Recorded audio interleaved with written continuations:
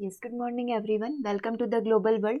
आज के सेशन को स्टार्ट करते हैं। सेशन में आज हम लोग यहाँ पर आपदा प्रबंधन के बारे में बढ़ेंगे और क्या क्या चीज़ें हो सकती है जो डिज़ास्टर होती है, चाहे वो मैन मेड हो चाहे वो नेचुरल हो। तो ये सारे टॉपिक जो है आज के सेशन में हम लोग कवर करने वाले। सो जितने भी स्टूडेंट चैनल पर न्यू हैं, चैनल को सब्सक्राइब कर लीजिए ताकि इसी तरीके से वीडियोस के नोटिफिकेशन आपको मिलते रहें। और साथ ही व्हाट्सएप ग्रुप में जुड़ने के लिए आप मैसेज कर सकते हैं 7708033840। इस पर व्हाट्सएप करके आप व्हाट्सएप ग्रुप में भी ऐड हो सकते हैं। सेशन को हम लोग यहाँ पर स्टार्ट कर रहे हैं। आज के सेशन में थ्योरी हम लोग कंप्लीट करेंगे, साथ ही कुछ क्वेश्चन भी कंप्लीट करेंगे कि किस तरीके के क्वेश्चन आपको एग्जाम में पूछे जाते हैं। ठीक है, तो लगभग 10 क्वेश्चन आज के सेशन में कंप्लीट होंगे और इसके बाद जो है 6 PM पर आपका इसी का टेस्ट भी रखा जाएगा। राइट, तो इसी से रिलेवेंट जो क्वीज होगी वो 6 PM पर हम लोग कंप्लीट कर लेंगे। ओके, तो सेशन को बिल्कुल ध्यान से देखिएगा क्योंकि इसमें कुछ स्टैटिक जीके करंट अफेयर्स के क्वेश्चन भी बनेंगे। सबसे पहले बेसिक आपदा को समझ लेते हैं। और ये जो टॉपिक उठाया गया है ये उठाया गया है NCERT क्लास 7 की बुक से। ठीक है, तो आप इसको और डिटेल में देखना चाहते हैं तो आपदा प्रबंधन करके आपका एक टॉपिक आता है, वहीं से सारी क्विज भी है और वहीं से आपके नोट्स भी बनेंगे। ठीक है, तो सबसे पहले आपदा की बात कर लेते हैं। कुछ दुर्घटनाएं ऐसी होती है जो बिना बुलाए अकस्मात अचानक से आ जाती है और अल्प समय में ही जनधन की अपार क्षति पहुंचा देती है। ठीक है, ये हमें संकट की स्थिति में लेकर आ जाती है क्योंकि चीज़ें क्या होती है, अचानक से ही होगी। संकट की स्थिति उत्पन्न करने वाली कोई भी भयावह घटना आपदा कहलाती है। दूसरे शब्दों में हमारे सामाजिक आर्थिक जीवन को भारी खतरे में डालने वाली अकस्मात घटना जो है डिजास्टर यहाँ पर कहलाएगी, आपदा यहाँ पर कहलाएगी। तो ये जस्ट बिल्कुल एक बेसिक सी डेफिनेशन आपदा क्या होता है। ठीक है, जो बिना बुलाए अकस्मात अचानक से हो जाती है, अल्प समय में काफ़ी नुकसान हमें पहुंचा देती है। जनधन की क्षति हो गई है ना, पैसों का नुकसान हो गया, ये सारी चीज़ें जो है आपदा के अंदर कंसीडर करी जाती है। ओके, आपदा प्रबंधन की आवश्यकता है क्योंकि आपको पढ़ना तो ये बेसिकली मैनेजमेंट ही है। डिजास्टर मैनेजमेंट कैसे किया जाता है और हर एक डिजास्टर का मैनेजमेंट आप लोग कैसे करेंगे और बच्चों को इसकी इन्फॉर्मेशन कैसे देंगे, बच्चों को कैसे पढ़ाएंगे, यही सारी चीज़ें हमें देखनी है। तो आपदा प्रबंधन की आवश्यकता आपदा के पूर्व एवं पश्चात होने वाली क्षति को कम करना या उससे बचने के उपाय यहाँ पर हो सकते हैं। उससे पहले अगर आपको अंदाजा लग गया है तो आप क्या क्या प्रिकॉशंस यहाँ पर ले सकते हैं और आपदा आ चुकी है उसके बाद आप लोगों को कैसे सर्विस प्रोवाइड कर सकते हैं, कैसे सेवा दे सकते हैं। तो ये एक आपदा प्रबंधन के तरीके हैं। ठीक है, मतलब किस तरीके से की जाती है। प्राकृतिक आपदा या मानव निर्मित आपदा इत्यादि के घटित होने से अत्यधिक मात्रा में जैविक और अजैविक संसाधनों को नुकसान होता है। इसी संदर्भ में आप लोगों को प्रशिक्षण देकर उनके प्रभाव को कम करना ही यहाँ पर आपदा प्रबंधन कहलाता है, डिजास्टर मैनेजमेंट कहलाता है। एक चीज़ आप यहाँ पर देख सकते हैं जैसे कि उपग्रह फ़ोन जो हो गए, लाइक सैटेलाइट फ़ोन जिसे हम लोग बोलते हैं।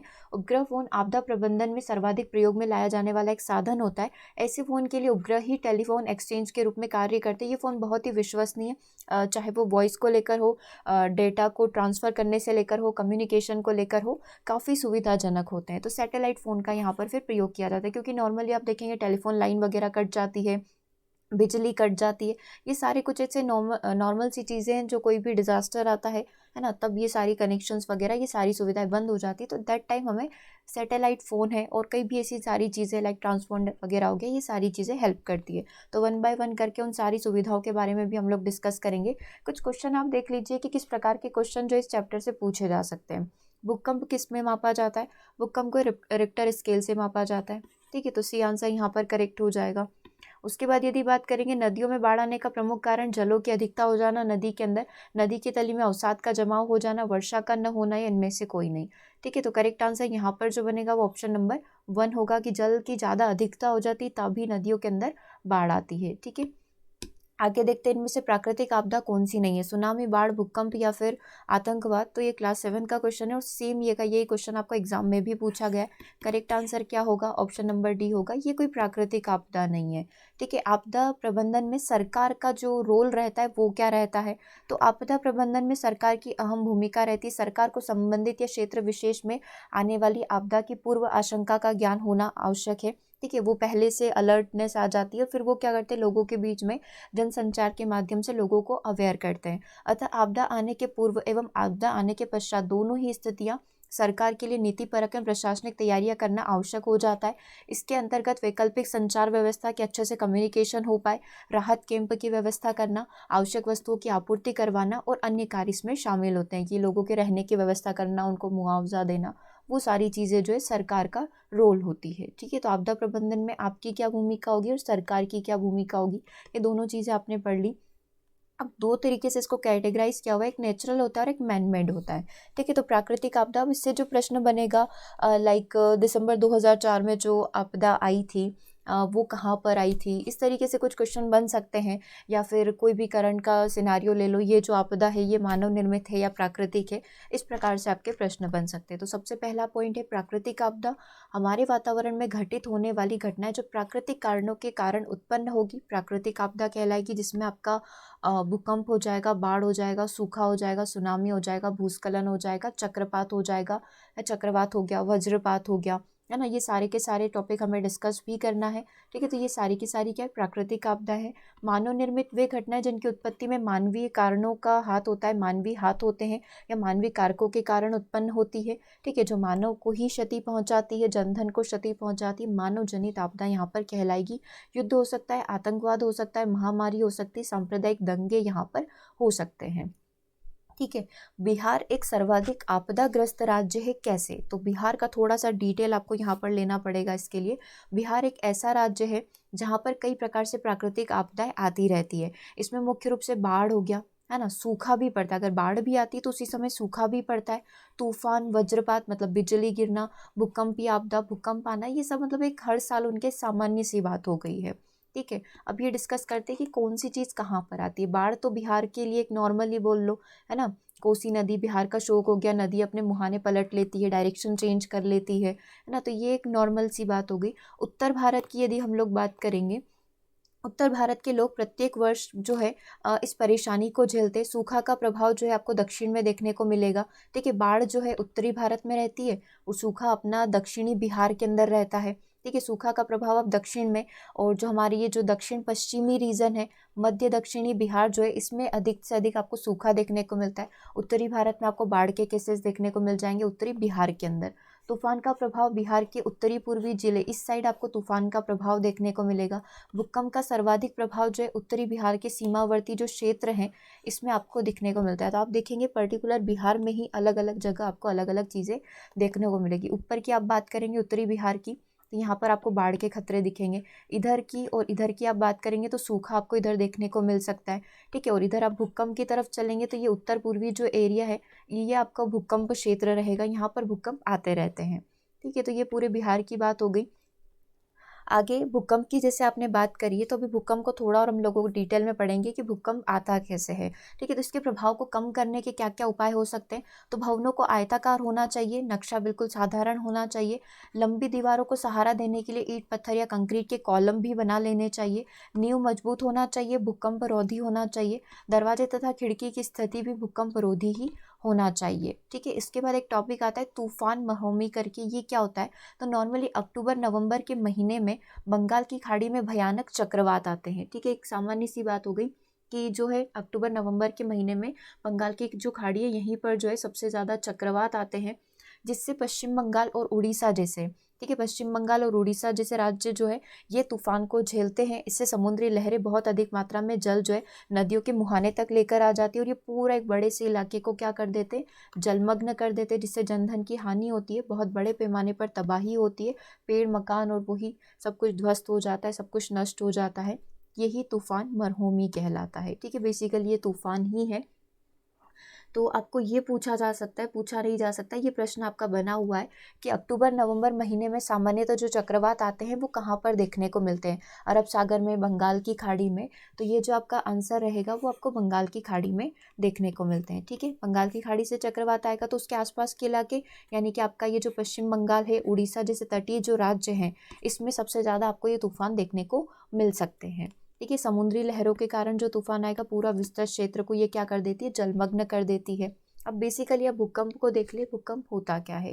देखो, जब किसी बाहरी या आंतरिक कारणों से पृथ्वी के भूपटल में कंपन होने लग जाता है, जो प्लेट्स खिसकने लग जाती है, उसी के कारण क्या होता है, भूकंप आता है।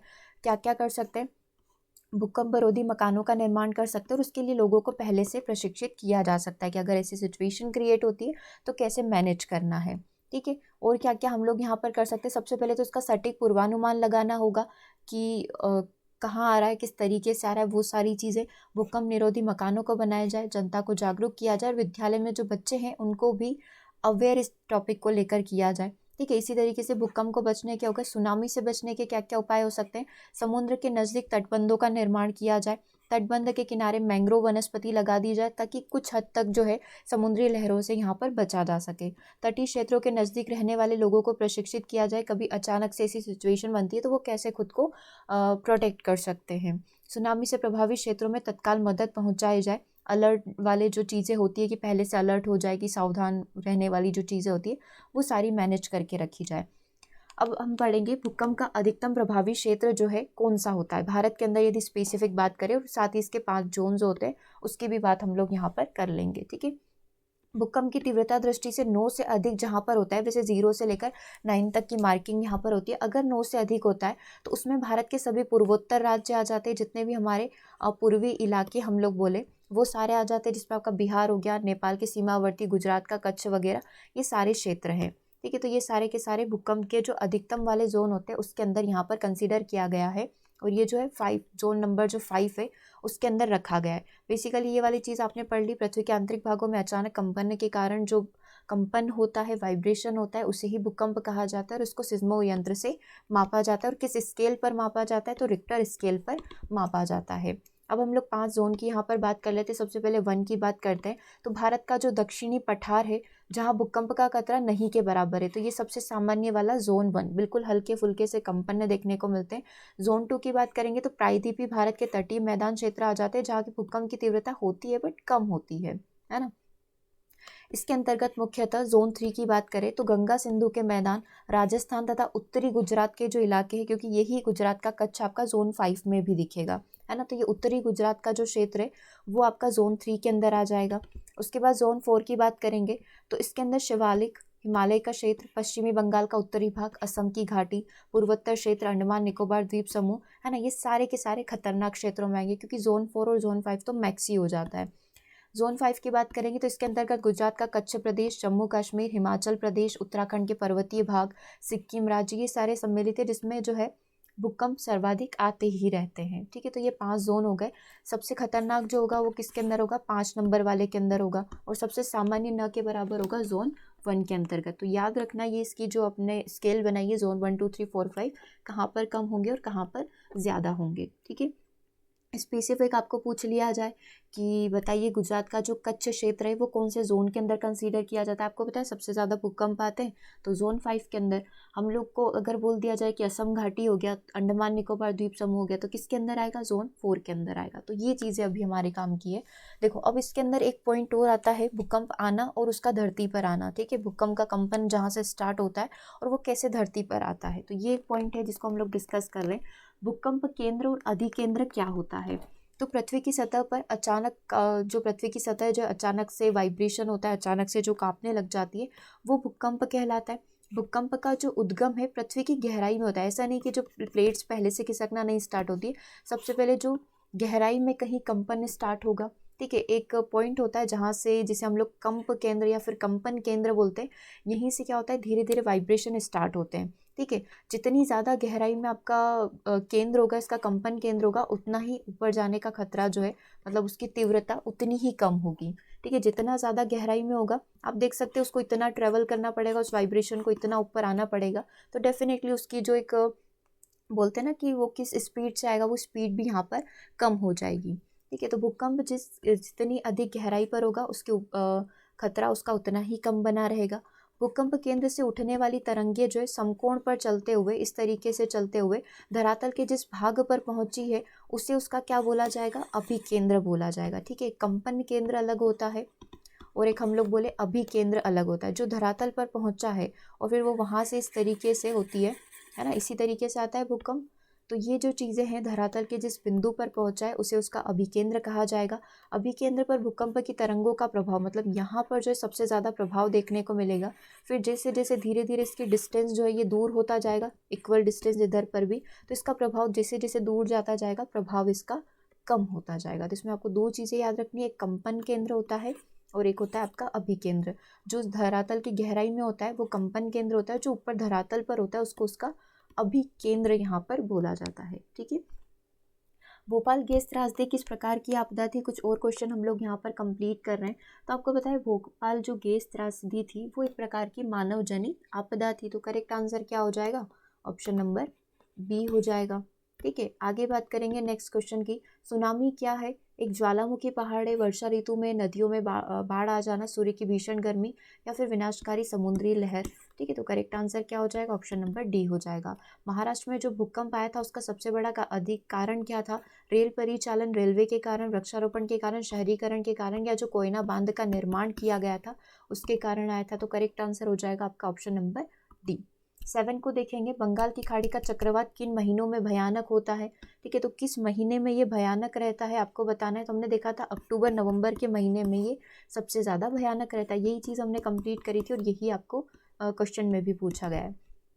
क्वेश्चन नंबर 8 को देखेंगे, इनमें से कौन से क्षेत्र भूस्खलन से सबसे ज़्यादा प्रभावित होते हैं। कश्मीरी उत्तराखंड होते हैं, उड़ीसा आंध्र प्रदेश होते हैं, झारखंड होता है, मध्य प्रदेश होता है। तो सबसे ज़्यादा जो भूस्खलन से प्रभावित क्षेत्र है तो ये होता है आपका कश्मीर और उत्तराखंड। तो करेक्ट आंसर क्या हो जाएगा आपका, ऑप्शन नंबर 1 हो जाएगा। कश्मीर में, उत्तराखंड में सबसे ज़्यादा भूस्खलन के खतरे आपको देखने को मिल सकते हैं। ठीक है, सुनामी कौन सा भाषा का शब्द है। सुनामी ये भी आपका एक पेपर में पूछा हुआ प्रश्न है, जापानी भाषा का शब्द है, जापान से लिया गया है।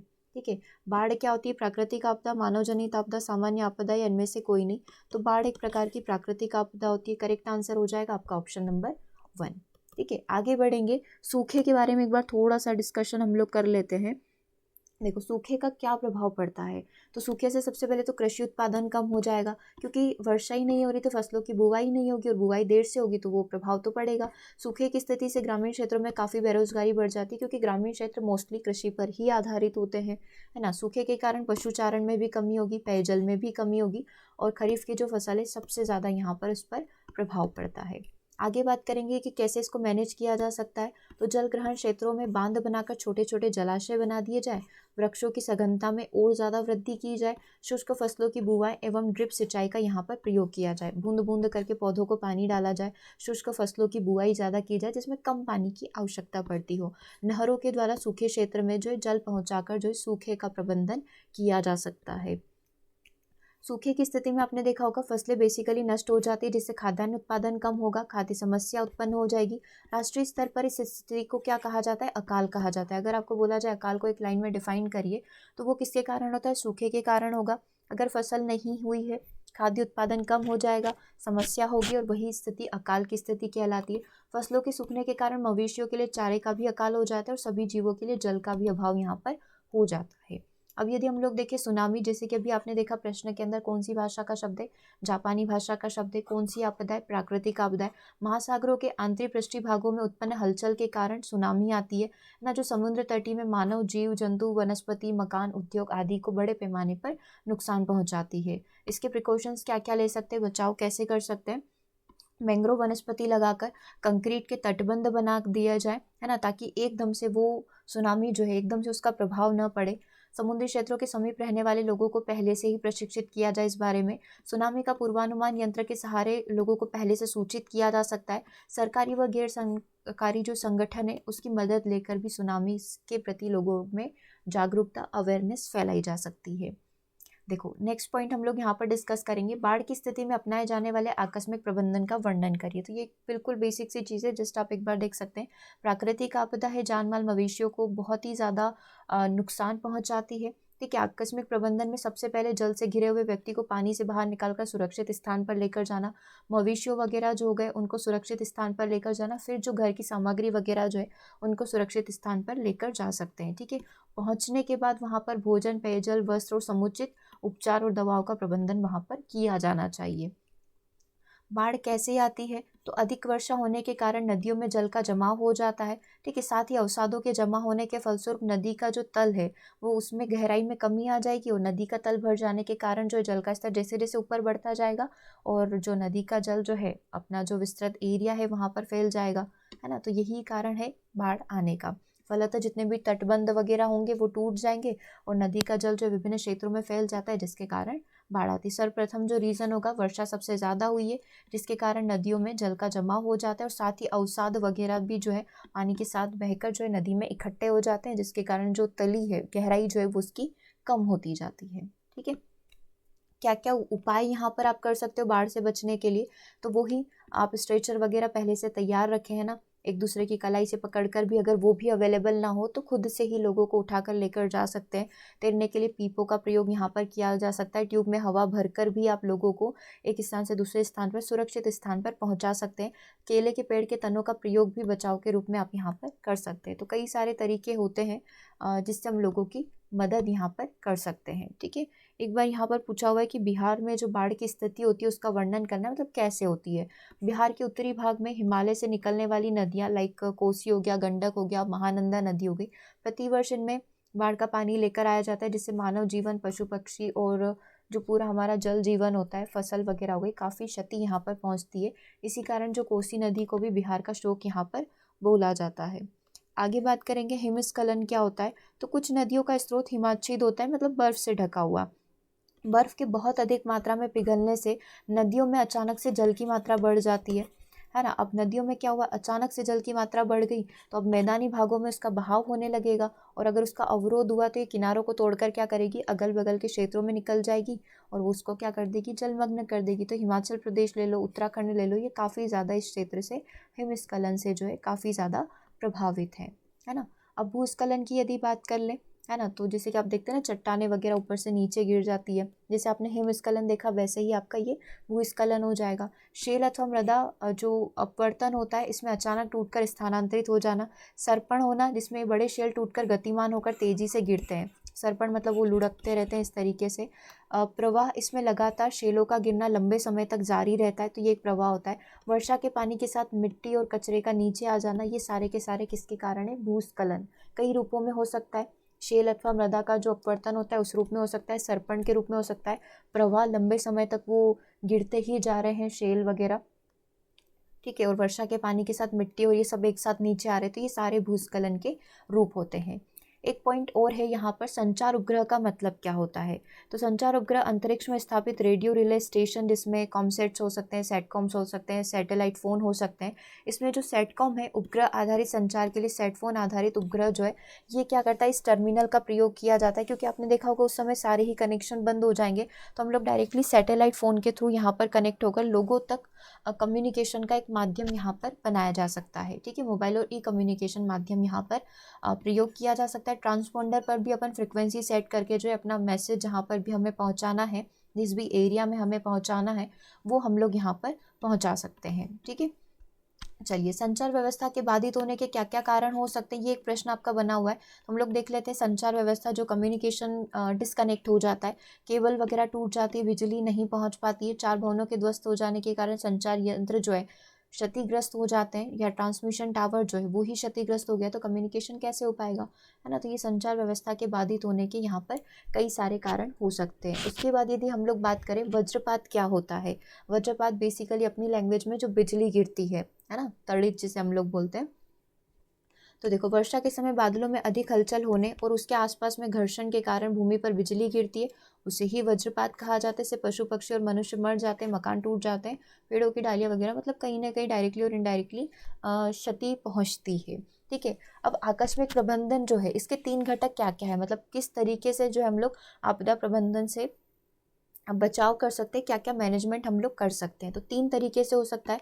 सबसे पहले स्थानीय प्रशासन की बात करें तो आकस्मिक प्रबंधन की ये सबसे प्रमुख घटक होता है, क्योंकि यहाँ पर आपदा आने के पूर्व जो सूचना मिलेगी, आपदा के समय क्या क्या ध्यान रखना है और आपदा के बाद क्या क्या कार्य होंगे, वो पूरा स्थानीय प्रशासन जो है इसकी जिम्मेदारी लेता है। स्वयंसेवी संगठन होते हैं, है ना, कुछ हमने अपने ग्रुप बना लिए कि ऐसी कोई सिचुएशन बनती है तो हमारा पूरा ग्रुप हेल्प करेगा, स्वयंसेवी संगठन। आकस्मिक प्रबंधन का एक दूसरा घटक है, सरकार से सहायता प्राप्त कर अथवा अपने स्तर पर आपदा के समय में लोगों की मदद करता है।